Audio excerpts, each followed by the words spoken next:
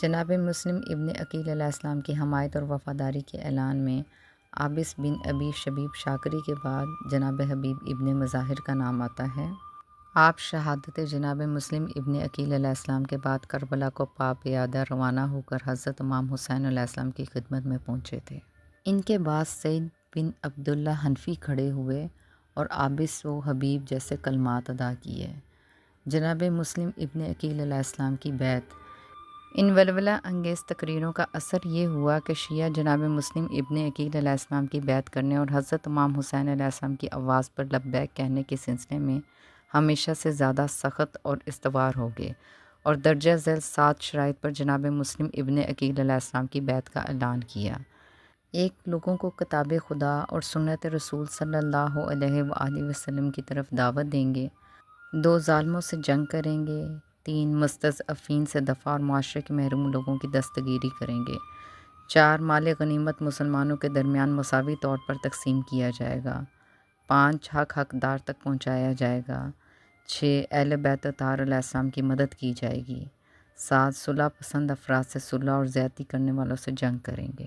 بعض مورخین نے جناب مسلم ابن عقیل علیہ السلام کی بیعت کرنے والوں کی تعداد 18,000 لکھی ہے، جبکہ بعض نے بیعت کرنے والوں کی تعداد 25,000 تحریر کی ہے۔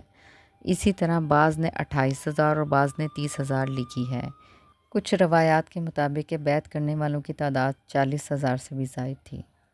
حضرت امام حسین علیہ السلام مدینہ منورہ سے اس لیے عازم مکہ ہوئے تھے کہ یہاں ان کی جان بچ جائے گی، لیکن آپ علیہ السلام کی جان لینے پر ایسا سفاک دشمن طلوع ہوا تھا جس نے مکہ معظمہ اور کعبہ محترمہ میں بھی آپ علیہ السلام کو محفوظ نہ رہنے دیا، اور وہ وقت آ گیا کہ حضرت امام حسین علیہ السلام مقام امن کو محل خوف سمجھ کر مکہ معظمہ چھوڑنے پر مجبور ہو گئے، اور مجبوری اس حد تک بڑھ گئی کہ آپ علیہ السلام حج تک نہ کر سکے۔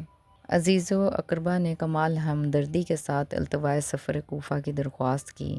آپ علیہ السلام نے فرمایا کہ اگر میں چونٹی کے بل میں بھی چھپ جاؤں تو بھی ضرور قتل کیا جاؤں گا، اور سنو میرے نانا حضرت محمد صلی اللہ علیہ وآلہ وسلم نے فرمایا ہے کہ حرمت مکہ ایک دمبے کے قتل سے برباد ہوگی۔ میں ڈرتا ہوں کہ وہ دمبا میں ہی نہ قرار پاؤں۔ میری خواہش ہے کہ میں مکہ مکرمہ سے باہر چاہے ایک ہی بلشت پر کیوں نہ ہو قتل کیا جاؤں۔ یہ واقعہ ہے کہ یزید کا ارادہ بہر صورت حضرت امام حسین علیہ السلام کو قتل کرنا اور اتصال بنی فاطمہ تو سارا سلام اللہ علیہ تھا۔ یہی وجہ ہے کہ جب حضرت امام حسین علیہ السلام کے مکہ معظمہ سے روانہ ہونے کی اطلاع والی مکہ عمر بن سعد کو ہوئی تو اس نے پوری طاقت سے آپ علیہ السلام کو واپس لانے کی صحیح کی۔